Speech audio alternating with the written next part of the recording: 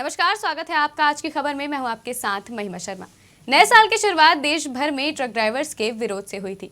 नए hit and run law के खिलाफ पूरे देश में प्रदर्शन शुरू हो गए थे, जिसके बाद सरकार की ओर से आश्वासन दिया गया था कि फिलहाल कानून लागू नहीं होगा और जब भी इसे लागू किया जाएगा तो इसको लेकर संगठन के साथ चर्चा की जाएगी। जिसके बाद हड़ताल खत्म की गई थी, लेकिन ट्रक ड्राइवरों को संतुष्टि या यूं कहें कि पूरा भरोसा नहीं हुआ है। वहीं इसी को लेकर छत्तीसगढ़ के ट्रक और बस ड्राइवर एक बार फिर हड़ताल पर बैठ गए हैं। दरअसल छत्तीसगढ़ ड्राइवर महासंगठन के आह्वान पर 65,000 से भी ज्यादा ड्राइवर हड़ताल पर बैठे हैं। साथ ही इस आंदोलन को छत्तीसगढ़ हाईवा परिवहन संघ ने भी समर्थन दिया है। संगठन के प्रदेश अध्यक्ष का कहना है कि सरकार के काले कानून के विरोध के साथ हम 12 सूत्रीय मांगों को लेकर आंदोलन कर रहे हैं।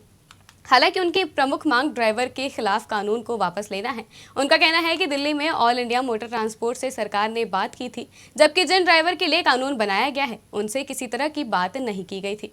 बता दें कि जिस समय देश भर में ड्राइवर हड़ताल पर थे, 28 राज्य के ड्राइवर यूनियन भी दिल्ली के जंतर मंतर पर आंदोलन करने गए थे। उस समय यूनियन में ये तय किया गया था कि अगर सरकार अपना कानून वापस नहीं लेती है तो 10 जनवरी से सभी अनिश्चितकालीन हड़ताल पर जाएंगे। साथ ही उन्होंने कहा कि केंद्र सरकार ने कानून के संबंध में जो बातचीत की है वो ट्रांसपोर्ट एसोसिएशन से की थी।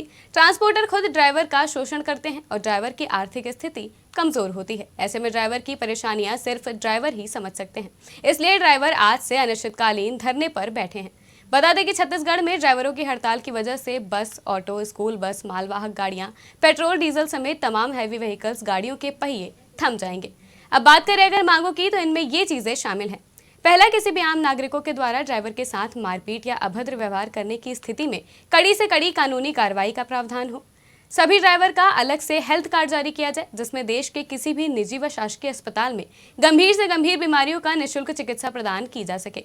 ड्राइवर की आयु 50 वर्ष पूर्ण होने पर पेंशन का लाभ दिया जाए। किसी भी दुर्घटना में ड्राइवर की मृत्यु होने पर ड्राइवर को शहीद का दर्जा और शहीद का प्रमाण पत्र दिया जाए। ड्राइवर या उसके परिवार को अलग से आवास योजना के अंतर्गत आवास प्रदान किया जाए। ड्राइवर की मृत्यु के होने या विकलांगता की स्थिति में पेंशन लाभ दिया जाए। दुर्घटना के दौरान ड्राइवर की मृत्यु होने पर 25 से 30 लाख रुपए का बीमा। किसी भी शासकीय नौकरी की भर्ती में ड्राइवर या उसके परिवार के सदस्यों को आरक्षण दिया जाए। शिक्षा के अधिकार के अंतर्गत अलग से ड्राइवर के बच्चों को किसी भी निजी व शासकीय स्कूलों में निःशुल्क शिक्षा प्रदान की जाए। पुलिस प्रशासन की अवैध बंद की जाए और उसमें रोक लगाई जाए। महीने के अंतिम दिन ड्राइवर को 1 दिन का अवकाश दिया जाए। रोड पर 10 किलोमीटर के अंतर्गत शौचालय और विश्राम गृह की सुविधा प्रदान की जाए। लाइसेंस के साथ साथ बीमा होना चाहिए। वाहन में सह संचालक यानी कि कंडक्टर अनिवार्य होना चाहिए।